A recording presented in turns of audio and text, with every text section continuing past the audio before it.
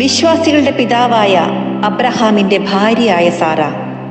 വാഗ്ദത്തം ചെയ്ത ദൈവത്തെ വിശ്വസ്തൻ എന്ന് എണ്ണുകയാൽ പ്രായം ചെന്നിട്ടും ഒരു പുത്രന് ജന്മം കൊടുക്കുവാൻ ഭാഗ്യം ലഭിച്ച ജാതികളുടെ മാതാവ് എന്നറിയപ്പെട്ട സ്ത്രീരത്നം മിറിയം. ഇസ്രയേൽ മക്കളെ മിസ്രൈമിൽ നിന്നും കനാനിലേക്ക് നയിച്ചുകൊണ്ടു പോകുവാൻ സഹോദരന്മാരായ മോശയോടും അഹറോനോടുമൊപ്പം നിന്ന ധീര വനിത. ഇസ്രയേൽ മക്കൾ ചെങ്കടലിന്റെ നടുവിൽ ഉണങ്ങിയ നിലത്തുകൂടി അക്കരെ കടന്നപ്പോൾ മിറിയം തപ്പെടുത്തു. സ്ത്രീകൾ എല്ലാവരും തപ്പുകളോടും നൃത്തത്തോടും കൂടി അവളുടെ പിന്നാലെ ചെന്നു. ദെബോറ. ഇസ്രയേലിനെ ന്യായപാലനം ചെയ്ത ബൈബിളിലെ പ്രവാചകിയായ ഏക ന്യായാധിപ. ആത്മത്യാഗത്തിന്റെയും ധൈര്യത്തിന്റെയും നല്ല മാതൃക. കനാന്യർക്കെതിരെയുള്ള യുദ്ധത്തിൽ തന്റെ കൂടെ വരണം എന്ന് ബാരാക്ക് അഭ്യർത്ഥിച്ചപ്പോൾ പിന്മാറാതെ ഇസ്രയേലിന്റെ രക്ഷയ്ക്കായി ധൈര്യപൂർവം ബാരാക്കിനോടും സൈന്യത്തോടുമൊപ്പം അവൾ പുറപ്പെട്ടു. അവർ നേടിയെടുത്ത ഉജ്ജ്വല വിജയത്തെ തുടർന്ന് ദബോറ പാടിയ സ്തോത്രഗീതം ബൈബിളിലെ ഏറ്റവും പുരാതനമായ കവിതകളിൽ ഒന്നായി കരുതപ്പെടുന്നു. റൂത്തും നവോമിയും. യഹോവയോടും അമ്മാവിയമ്മയായ നവോമിയോടുമുള്ള ഇഷ്ടത്താൽ തന്റെ നാടിനെയും വീടിനെയും വീട്ടുകാരെയും വിട്ട് യഹൂദാദേശത്തെത്തിയ മൊവാബ്യ സ്ത്രീയായ റൂത്ത്.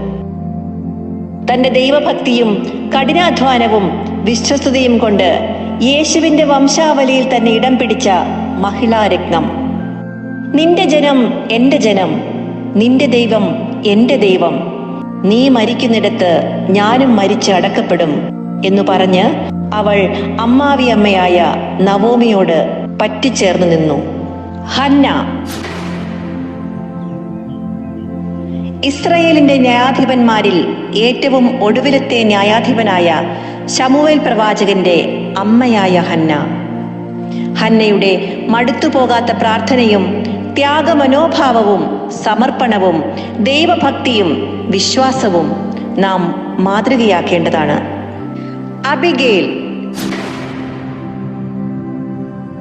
കർമ്മേലിലെ മഹാധനികനായ നബാലിന്റെ ഭാര്യ. ദുഷ്ടനും അവിവേകിയുമായ തന്റെ ഭർത്താവിന്റെ പ്രവൃത്തിയാൽ വന്നു ഭവിക്കാമായിരുന്ന വലിയ ദുരന്തത്തെ സ്വന്തം വിവേകം കൊണ്ടും സന്ദർഭോചിതമായ പ്രവൃത്തി കൊണ്ടും അനുഗ്രഹമാക്കി മാറ്റിയ ധീര വനിത. നയമാന്റെ വീട്ടിലെ അടിമ പെൺകുട്ടി. ഇസ്രയേലിന്റെ ദൈവത്തിൽ അചഞ്ചലമായ വിശ്വാസമുണ്ടായിരുന്ന അടിമ പെൺകുട്ടി. പരാക്രമശാലിയായിരുന്നുവെങ്കിലും ക്ഷിപ്രകോപിയായിരുന്ന യജമാനനായ നയമാന്റെ മുന്നിൽ ധൈര്യപൂർവം തന്റെ ദൈവത്തെ പരിചയപ്പെടുത്തി അദ്ദേഹത്തെ സൗഖ്യത്തിലേക്ക് നയിച്ച ധീരയായ പെൺകുട്ടി. എസ്തേർ. അഹസ്വരോസ് രാജാവിന്റെ പ്രിയ പത്നി. തന്റെ രാജ്ഞിപദത്തിലും കൊട്ടാരത്തിലെ സുഖലോലുപതയിലും ഒന്നും മതിമറന്ന് ആഹ്ലാദിക്കാതെയിരുന്ന എസ്തേർ തന്റെ ജീവൻ നഷ്ടപ്പെടാൻ സാധ്യതയുണ്ടായിരുന്നിട്ടും സ്വജനത്തിന്റെ വിടുതലിനു വേണ്ടി രാജസന്നിധിയിൽ സധൈര്യം നിലകൊണ്ട പ്രൗഢയും കുലീനയുമായ ഉത്തമ സ്ത്രീ. മറിയയും എലിശബത്തും. നമ്മുടെ കർത്താവും രക്ഷകനുമായ യേശു ക്രിസ്തുവിന് ജനിക്കാൻ ഇതാ ഞാൻ കർത്താവിന്റെ ദാസി, നിന്റെ വാക്ക് എന്നിൽ ഭവിക്കട്ടെ എന്ന് പറഞ്ഞ് തന്നെത്താൻ ദൈവത്തിന് സമർപ്പിച്ച മറിയം. സ്വന്തം മകനെ ലോകത്തിന്റെ പാപപരിഹാര ബലിയായി സമർപ്പിച്ച ത്യാഗത്തിന്റെ നിറകുടം. യേശു ക്രിസ്തുവിന് വഴിയൊരുക്കുവാൻ വന്ന യോഹന്നാന് ജന്മം കൊടുത്ത എലിശബേത്ത്. ദൈവസന്നിധിയിൽ നീതിയുള്ളവൾ, കർത്താവിന്റെ സകല കൽപ്പനയിലും കുറ്റമില്ലാത്തവളുമായ ഉത്തമ സ്ത്രീ എലിശബേത്ത്. ഹന്ന പ്രവാചകി. അശേർ ഗോത്രത്തിലെ ഫനുവേലിന്റെ മകളായ ഹന്ന പ്രവാചകി.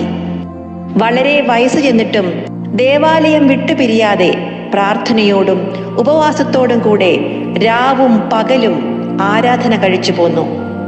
അതുകൊണ്ട് യെരൂശലേമിന്റെ വീണ്ടെടുപ്പിനായി കാത്തിരുന്ന എല്ലാവരോടും യേശുവിനെ പ്രസ്താവിക്കുവാൻ ഹന്ന പ്രവാചകിക്ക് കഴിഞ്ഞു. മാർത്തയും മറിയയും. യേശു സ്നേഹിച്ച ലാസറിന്റെ സഹോദരിമാർ.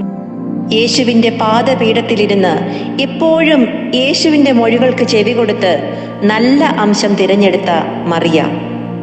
പലതിനെ ചൊല്ലി വിചാരപ്പെട്ടും മനം കലങ്ങിയുമിരുന്ന മാർത്തയ്ക്ക് യേശുവിന്റെ സന്ദർശനം ആശ്വാസം തന്നെയായിരുന്നു.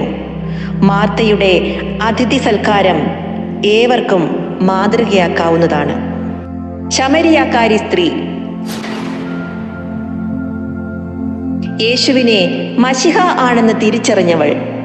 അറിഞ്ഞ സത്യം മറച്ചുവെക്കാതെ സർവവും മറന്ന് പട്ടണത്തിലേക്ക് ഓടിച്ചെന്ന് ആ സദ്വർത്തമാനം എല്ലാവരെയും അറിയിക്കുന്നു. അവളുടെ വാക്കുകേട്ട ജനം പട്ടണത്തിൽ നിന്ന് പുറപ്പെട്ട് യേശുവിനെ കാണാൻ എത്തുന്നു. മഗ്ദലനക്കാരി മറിയം. യേശുവിന്റെ ശുശ്രൂഷയുടെ അവസാനം വരെ യേശുവിനെ അനുഗമിച്ചവൾ. മരണസമയത്തും യേശുവിനോടൊപ്പം അവൾ ഉണ്ടായിരുന്നു.